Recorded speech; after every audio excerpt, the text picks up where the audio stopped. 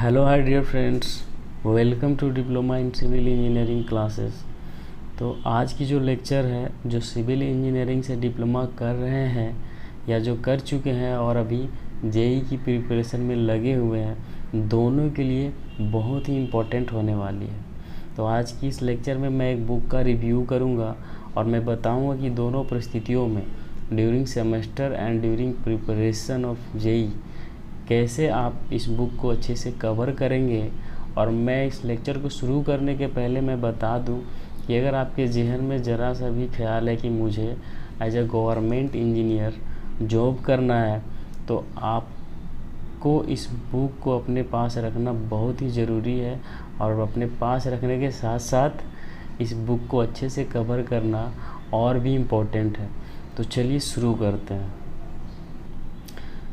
ये जो बुक है civil engineering conventional and objective type, जिसके लेखक हैं RS खुरमी एंड JK गुप्ता। आप मार्केट में खुरमी का सिविल इंजीनियरिंग बुक बोलने से भी आपको ये मिल जाएगा, ठीक है। एस चांद पब्लिकेशन का है। और इस बुक में जो है आपके जितने भी सिविल इंजीनियरिंग के टॉपिक्स हैं लगभग सारे के सारे कवर किए गए हैं, है ना।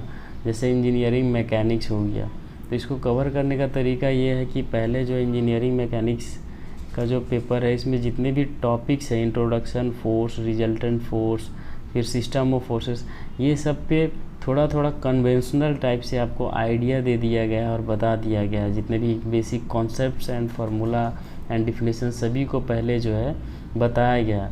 आफ्टर दैट ये सभी बताने के बाद ये सभी से रिलेटेड आपका जो है ऑब्जेक्टिव क्वेश्चंस दिया गया है, जो कि आपका सिविल इंजीनियरिंग के कॉम्पिटिटिव एग्ज़ाम्स में पूछे जाते हैं।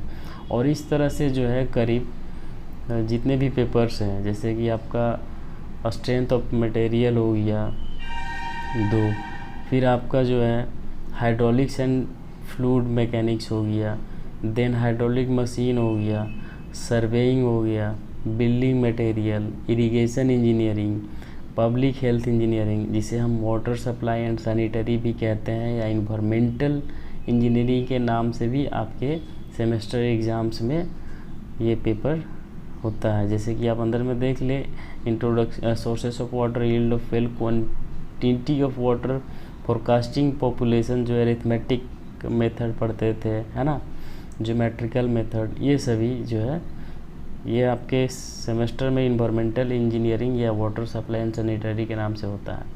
Highway engineering, railway engineering, soil mechanics and foundation, building construction, concrete technology. देखिए सभी के नीचे में ध्यान दीजिएगा ऑब्जेक्टिव टाइप क्वेश्चन है। ये सारे टॉपिक को पहले डील किया गया है ना। देन ऑब्जेक्टिव क्वेश्चंस दिए गए हैं जो कॉम्पिटिटिव एग्जाम्स में आते हैं। RCC, reinforce cement concrete structures, steel structure design, construction management, engineering geology, ठीक है। फॉर द एग्जांपल मैं एक पेपर का दिखाता हूँ कि कैसे जो है दिया जाता है। जैसे कि आप सर्वेइंग को देख ले, है ना। तो सर्वेइंग में जो है पहले कन्वेंशनली बताया गया इंट्रोडक्शन, सर्वे क्या होता है, प्लेन सर्वे, जो भी आपने सेमेस्टर में पढ़ रखा है इसमें शॉर्ट में बताया गया है, ठीक है। मैं एक पेज ही लिया हूँ। और ये देखिए 5.1 जो है, ये जो बताना शुरू किया था 5.1 फर्स्ट टॉपिक, ठीक है। और 5.1 से ये शुरू करता हुआ लास्ट पेज में लिया हूँ। ये देखिए 5.38, है ना। करीब 38 टॉपिक्स को कवर किया है। मतलब लगभग जो आपने पढ़ा है सेमेस्टर में लगभग जो है ये कवर कर देता है अपने कन्वेंशनल में। देन आपको ऑब्जेक्टिव क्वेश्चन जो कॉम्पिटिटिव एग्ज़ाम में पूछे जाते हैं वो रहता है। और इसमें देखिए 38 पॉइंट्स कवर करने के बाद जो है ऑब्जेक्टिव टाइप क्वेश्चंस शुरू हुआ है। एंड ये फर्स्ट पेज है ना। डिफरेंस ये देखिए, जियोडेटिक सर्वेइंग क्वेश्चंस है। In geodetic surveying the curvature of the earth is taken into consideration, agree disagree. तो आपने पढ़ा है तो आप टिक कर सकते हो, है ना। तो इस तरह से आपको कॉम्पिटिटिव एग्ज़ाम में जो क्वेश्चंस होते हैं वो दिया हुआ है। फर्स्ट पेज के बाद मैं फर्स्ट पेज में 7 क्वेश्चन थे, उसके बाद मैं लास्ट पेज लिया हूँ। करीब सर्वेइंग से आपका जो है 280 क्वेश्चंस जो है पूछा गया है, और लास्ट में आपके इसके जो सॉल्यूशंस है, इसके जो आंसर है वो भी दिए हुए हैं। ठीक है, तो आपको इसे पढ़ना कैसे है उस पर हम चर्चा कर लेते हैं।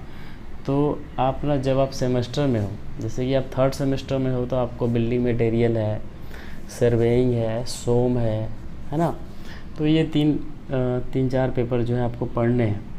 तो करना क्या है कि उस सेमेस्टर में जो भी पेपर आपको पढ़ने हैं, तो वो पेपर का ऑब्जेक्टिव क्वेश्चंस जो है आपको कर लेना है उसी सेमेस्टर में। देन आप 4th सेमेस्टर में आओगे, तो 4th सेमेस्टर में स्ट्रक्चर टोस है, थ्योरी ऑफ स्ट्रक्चर है, जो आपके सोम में ही टॉपिक कवर किया जाता है इस बुक से।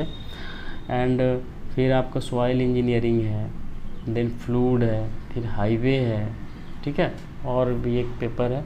तो वो जो है, जो पेपर आपको सेमेस्टर में पढ़ने हैं, तो आप ऐसे करेंगे, जो आप पढ़ रहे हो, जो चैप्टर पढ़ रहे हो, उस चैप्टर को पढ़ने के बाद यहाँ से ऑब्जेक्टिव क्वेश्चन लगा लेना है। क्योंकि इसमें एक खासियत है कि जो क्वेश्चन जो दिया हुआ है वो लगातार एक चैप्टर का लगातार दिया हुआ रहता है। तो आप चैप्टर पढ़ने के बाद अगर आप इसके ऑब्जेक्टिव क्वेश्चन को आप लगाते हो, तो आपको कोई ख़ास परेशानी नहीं होने वाली है। जैसे कि आपने सर्वे पढ़ा, कंपास सर्वेइंग, तो इसमें कंपास का जो ऑब्जेक्टिव है लगातार दिया हुआ रहता है।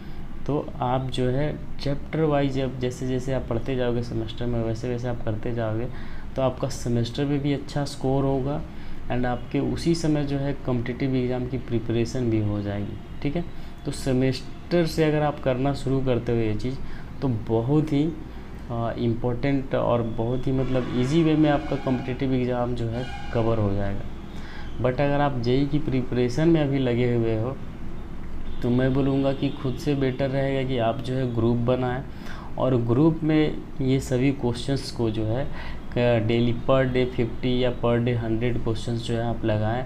और साथ ही साथ अगर आसपास अगर आपके कॉम्पिटिटिव एग्ज़ाम के लिए कोचिंग है, तो वो ज्वाइन करें, है ना। वहाँ पे जो मेंटर रहेंगे वो गाइड करेंगे, उसके अकॉर्डिंग जो वहाँ पे पढ़ाई होता है, जो टॉपिक, उस टॉपिक का आप क्वेश्चंस करें। ठीक है, तो अगर आप जेईई की प्रिपरेशन कर रहे हो, तो आपको 2 चीज़ होना है, एक कोचिंग ज्वाइन करके रखना है, आप ऑनलाइन मोड में करें या ऑफलाइन मोड में, और साथ ही साथ आपके पास एक ग्रुप होना चाहिए। तो आपकी तैयारी ना बहुत ही सहजता से, बहुत ही आसानी से, बहुत ही इफ़ेक्टिव वे में हो जाएगी। ठीक है, तो आज की जानकारी आपको कैसी लगी, आप लाइक एंड कमेंट करें, एंड जो भी आपके मित्र हैं, जो नीडी हैं, जो सिविल इंजीनियरिंग से बिलोंग करते हैं, उन्हें शेयर करें। और साथ ही साथ अगर आप इस बुक को परचेज़ करना चाहते हो, तो इसका मैं लिंक जो है डिस्क्रिप्शन बॉक्स में प्रोवाइड कर दिया हूँ। आप वहाँ से जा कर के आप बुक को ऑनलाइन परचेज़ कर सकते हो, या फिर आपके आसपास जो मार्केट है वो आप वहाँ से ऑफलाइन भी परचेज़ कर सकते हो। So thank you so much.